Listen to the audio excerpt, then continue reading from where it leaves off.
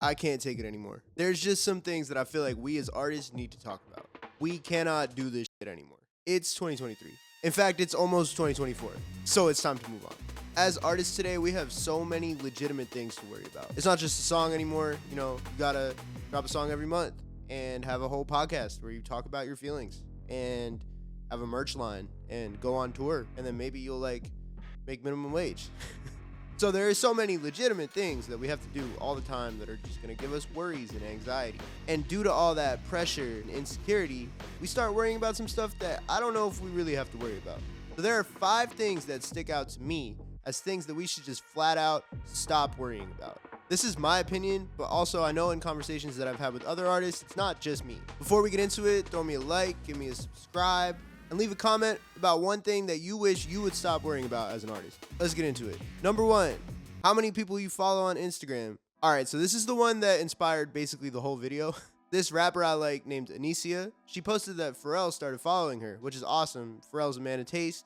Anicia is fire. I love that. She would go crazy on some of his beats. But what really stuck out to me is in the screenshot, you can see that Pharrell is following 995 people. Bro, you are literally Pharrell. You can follow more than 1,000 people. It's okay. Like, go into the 4 digits, bro. You are Pharrell. You have 15 million followers. You do not need to worry about your Instagram ratio. But it's so fascinating to me that even someone like Pharrell is thinking about this. We do not need to care about this anymore. Who cares? I went to look today and he was at 1,002. So he must be following new people and then unfollowing others to keep it at around like 995 or 1,000 or whatever. Why? Why? Instagram isn't like a hard drive with limited space. You can follow as many people as you want. If you're somewhere between 990 and 999 followers, please just let yourself go over 1,000. It's like the dude with the hairline that keeps getting pushed back and he just keeps getting faded up. Bro, it's time. It's time to go bald, bro. Like, it's really time. Like, just let it go. Please. We can't do this anymore. It's almost 2024. Nobody cares how many people you follow on Instagram. And they definitely don't care or make a distinction between 995 and over 1,000. Pretty much everyone knows what you're doing at this point. Like, just let it go. When you set this arbitrary number for how many people you're supposed to follow, and then you start unfollowing people you might actually like you've lost the plot. And I get it, because I've been there. I was worried about passing 1,000 whenever I was at that point. I mean, I follow mad people on Instagram. And I've had people say, like, yo, you follow a lot of people. And at times, I'm like, damn, do I need to follow less? And I've unfollowed people that I probably don't dislike just because I was trying to keep the number down. Who cares? I'm past that. I went through the same thing when I got close to 2,000. I was nervous about passing 2,000. Why? Why was I nervous? I don't know. Like, when I say these things, like, I'm not trying to call people out. Like, I'm holding myself accountable too. I've thought about this as an artist, and it's kept me hovering around 995, or it's kept me hovering around 1,900 and whatever, because I let myself go past it, and I kept meeting new people and finding new artists that I liked and following them. And it's like, why? Who cares? Who cares how many people I follow? It's time to move on from this. Let's try to figure out why people would be worried about it. Are you worried that labels aren't going to sign you if they like your song, but you follow 1,000 people? Because I don't think they're going to care. I think all they care about is the song. Is it going viral? Cool, here's a bag. Like, they don't care. They don't care how many people you follow. I'm not saying you have to be like Lil B on Twitter, but you shouldn't ruin relationships with people to cull this following to a certain number. Like, it doesn't make any sense. Let's free ourselves. Number 2, how many streams you have. Okay, so when I say this, obviously getting organic streams is amazing, and getting people to listen to us is the goal, right? So that's not what I'm talking about. What I'm talking about with this one is when people pay for third-party playlists, because they feel like seeing 10,000 streams is like better than seeing like the under 1,000 one.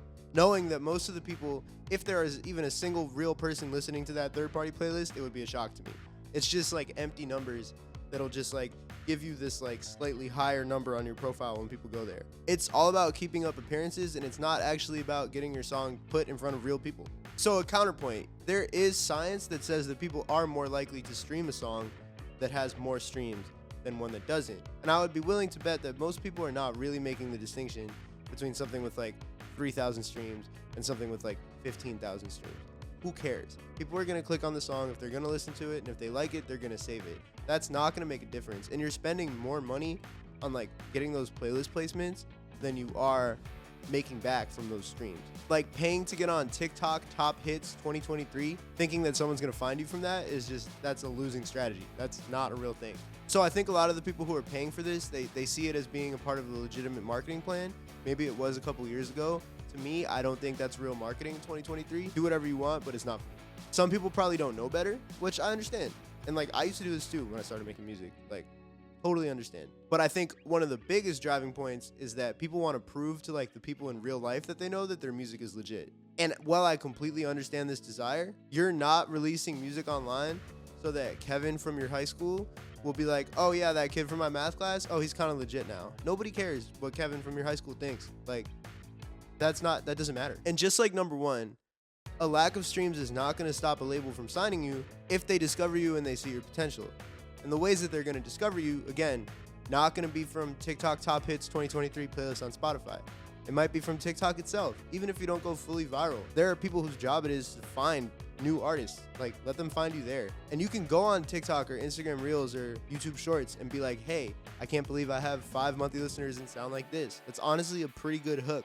Been kind of done a few times, but it's better than the third-party playlist option. So you should look into that instead of paying and trying to like jump a level up, because it's not going to get you anywhere. Get creative, don't take shortcuts, and don't worry about that number being low. Anyone who knows how music works is not going to judge you for it. Number 3, posting something too many times. I think there's a big generational gap now between people who grew up in the MySpace, into Facebook, into early Instagram social media world, and the people who come from the later Instagram into TikTok social media world. For millennial internet users, it's tacky to post the same thing more than once. Spamming looked crazy back then. Like, what are you doing, you know? But in the algorithm-driven, short-form content, vertical video world that we live in now, that's no longer the case. Many people who find success on TikTok or Instagram Reels or YouTube Shorts, they're hammering very similar things over and over and over again until it starts reaching new people and it catches on. It doesn't have to be the exact same thing, but people tend to repeat the same few things that they think are a good idea, knowing that eventually, hey, maybe this thing is gonna finally catch some fire. They're straight up like bludgeoning us with their music strategies, and honestly, in today's world, if you find a way to not be annoying with it, it's really a super valid strategy. One of my favorite examples is Jay-Z. He did the same thing, just running in his videos over and over again, doing the one where he sits at the diner with his girl. Like, he has a few different like motifs that he goes back to, but it all fits in the world of Jay-Z, and he does the same thing multiple times, but it's not annoying to the people who like Jay-Z. He has a cult fan base and over 1 million monthly listeners because he ignores the part of his brain that's like, hey, I already did this, I shouldn't post this again.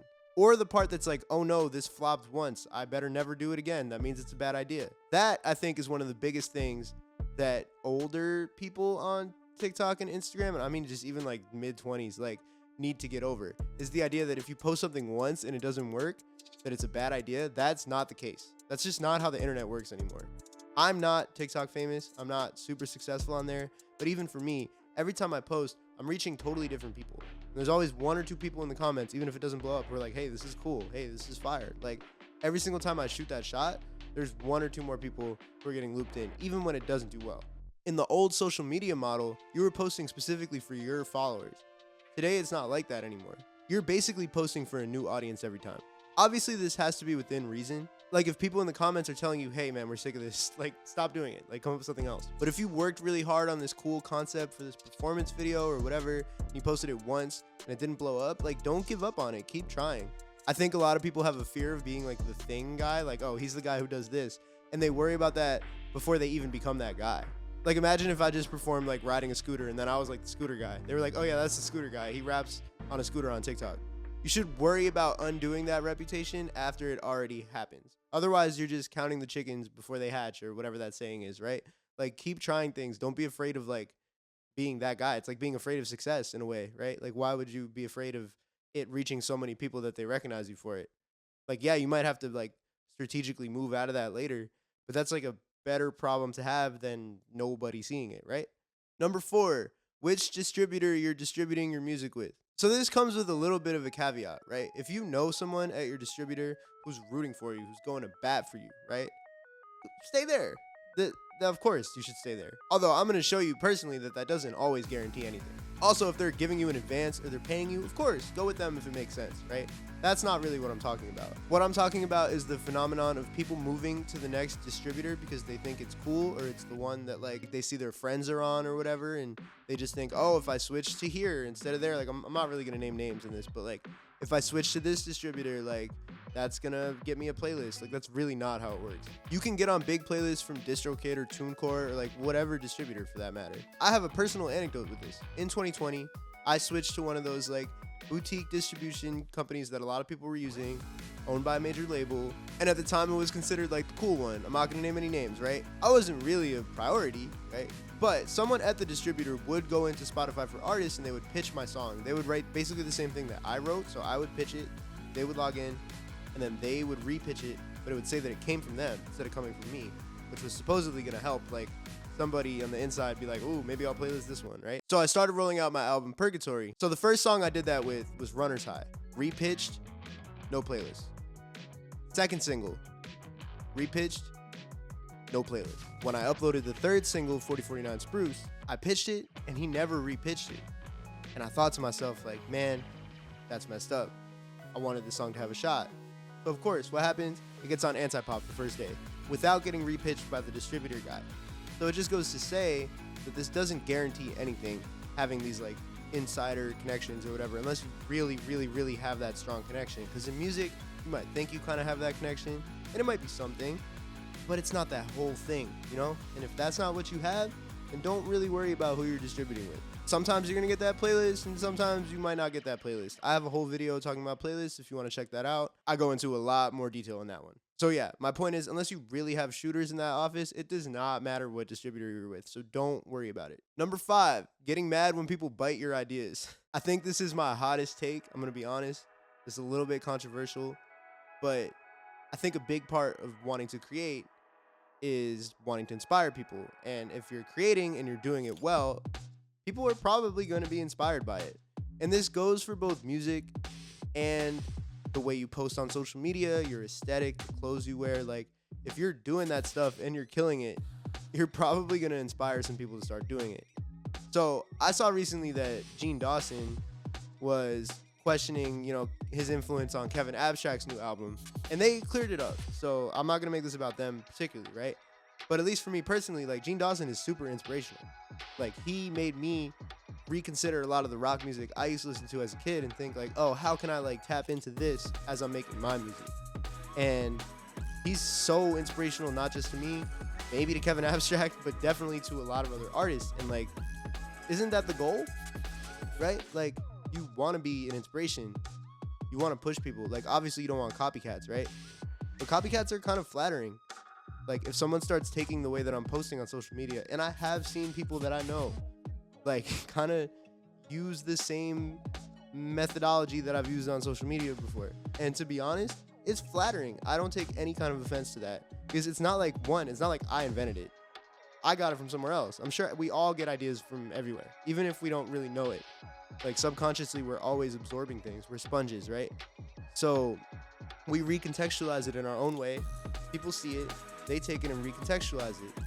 And I think that, like, it's understandable when people get upset when you work really hard on something and you put it out and then you see people kind of like riding your wave. But once you get over that initial wave of like being kind of pissed, I think how you should look at it is like, you've kind of proven that this works. People want to do it because it works. So keep doing it. Keep being you. Like, what you're doing is working. It's obviously an annoyance. I understand it. But I think instead of letting that worry you, like, oh, people are biting me, like, you should kind of accept that that's going to happen if you're successful.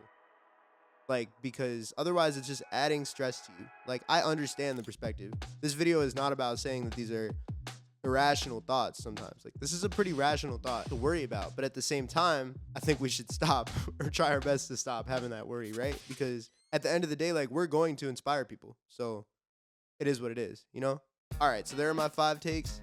Let me know which ones you agree with, which ones you think are horrible, why you hate me and think I should never make a YouTube video again.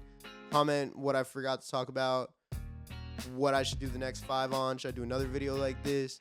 Should I put the mic down and go on Indeed.com? Let me know. HADJI. Don't forget to like and subscribe. Peace, love.